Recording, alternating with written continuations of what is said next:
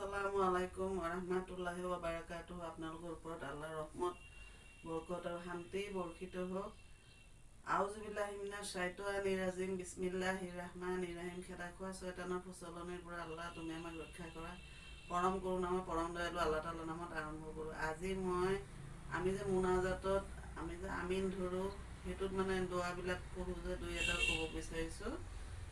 আপোনালোকে আমিন ধৰিলে প্ৰথমতে দৰুদ পঢ়িব। দৰুদ নপঢ়িলে আপোনাৰ আমিনটো আল্লাহ কবুল নকৰে। তাৰমানে প্ৰথমতে সৰু দৰুদ হওক, ডাঙৰ দৰুদ হওক বা দৰুদ ইব্ৰাহিম যিকোনো এটা পঢ়ি লৈ 3বাৰ পঢ়ি পিনি তাৰপিছতে আপোনাৰ আগতে আস্তাগফিৰুল্লাহ ৰাব্বি মিন কুল্লি জাম্বি ওয়া আতুবু ইলাইহি লা হাওলা ওয়া লা কুওৱাতা ইল্লা বিল্লাহিল আলিয়্যুল আযীম। এইটো পঢ়িব, মানে আল্লাহৰ ওচৰত মাফ খুজিব। এইটো তওবাৰ দোৱা।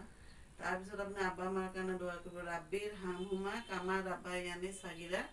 এইটো আব্বা মাৰ কাৰণে পিতৃ মাতৃৰ কাৰণে দোৱা কৰা হয়। এইটোৰ অৰ্থ হৈছে, হে আল্লাহ তাআলা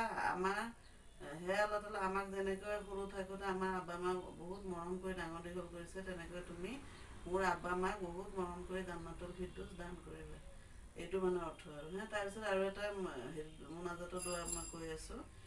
ৰাব্বানা আতিনা ফিদ দুনিয়া হাসানাতান ওয়া ফিল আখিৰাতি হাসানাতান ওয়া কিনা আযাবান নাৰ। এইটো সৰু দোৱা এটা। এইটো পুৰাণৰ আয়াতত আছে। আৰু এইটোৰ অৰ্থ হৈছে, হে আল্লাহ তাআলা তুমি আমাক এই দুনিয়াটো শান্তি দান কৰা, আখিৰাততো শান্তি দান কৰা, আৰু দুজখৰ জুইৰ পৰা আমাক ৰক্ষা কৰা। আজি এইখিনিলৈকে থাকিল। কালি বাকীখিনি ক'ম বাৰু। ভিডিঅ'টো ভাল লাগিলে আপোনালোকে লাইক, শ্বেয়াৰ আৰু ছাবস্ক্ৰাইব কৰিব নাপাহৰিব দেই। আজিলৈ